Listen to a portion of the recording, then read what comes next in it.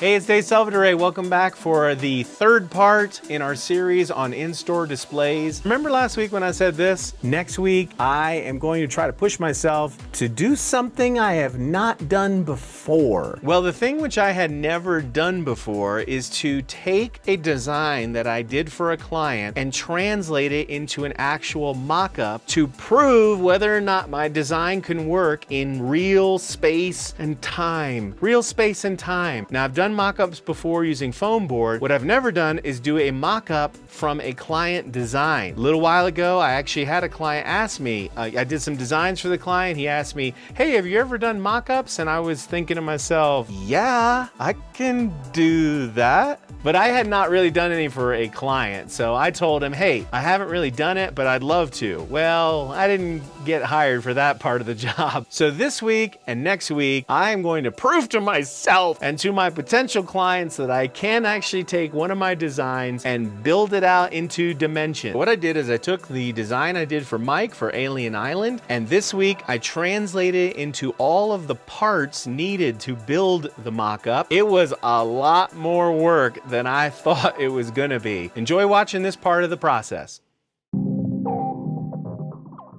So the first thing I did is create templates in Photoshop that I could then redraw most of the pieces to be flat. I'm referencing the original concept for the entire process. Some of it I'm actually using the original drawings, like these little characters, and I'm positioning everything on 11 by 17 inch paper. The next thing I do is I rough in all of the parts of the display as if they were flat. The tricky part about all this is that because I'm working quickly, I'm doing my best to figure out how everything will come together. And you're doing little measurements, trying to line up the template in your mind, and hopefully at the end of the day, it'll all come together. Now, between last week's video and this week's, I actually did 3 live streams where I was doing the inking and coloring part of the process. That way, people that were interested could check out everything in live time.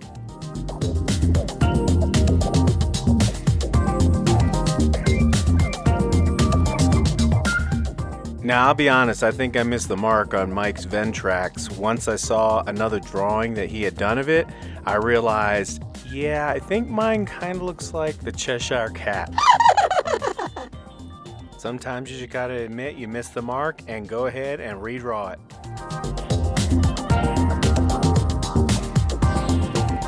Once I had finished inking and coloring all the pieces, I created a thick black outline around everything. This will give me the buffer when I'm cutting all of the pieces out. I then printed out all of the pages on nice 11 by 17 photo paper, and now we're ready to mount them and cut them out. Here's some of the supplies that I use in this part of the project. I use Super 77 adhesive spray. I also have a good metal ruler. It's the kind that has like a ridge and a ledge to it that you can rest your fingers in while you're cutting so you don't hurt yourself. Also, I'm going to try out some new types of X-Acto blades. I picked up some precision blades for scoring. I use rubber rollers to help work out any bubbles. Also a big fat Sharpie. And a lot of X-Acto blades. So now I'm figuring out how all the pages will sit on the foam board that I bought. I use black on black foam board. I spray both the foam board and the pages. I bring them in and then I lay them down, put a piece of 11 by 17 paper on top and work out the bubbles. And you'll see me do this process for each page.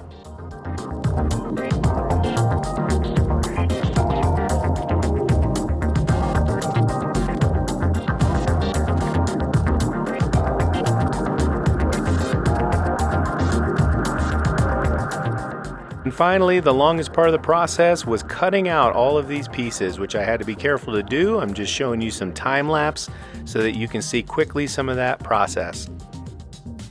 So having that nice thick black border helps me to have a little bit of margin for when I'm cutting things.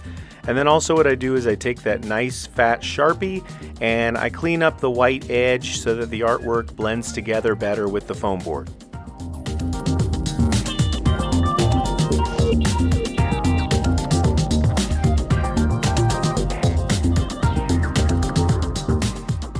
Now this technique here is one I learned from Eric Streibel on how to bend foam board. It was a really great video and I will have a link in the description below.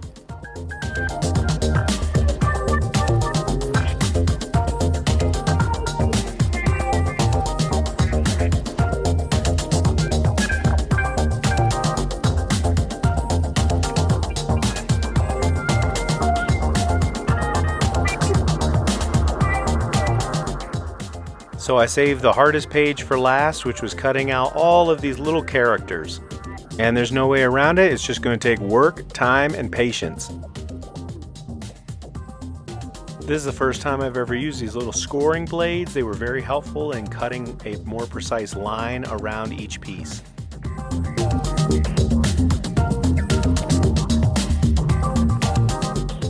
So here are all the pieces. Overall, there were about 36 pieces in total. They are all ready to be assembled, and I am looking forward to that next part. So I hope you enjoyed watching that. It was a lot of work to prepare all those pieces. Tune in next week where I will put them all together. Hopefully all my plans worked out well. If you wouldn't mind hitting the subscribe button, it really helped me out. If you want to check out Mike's project, Alien Island, you can check it out in the link below. Until next week, keep drawing, keep designing.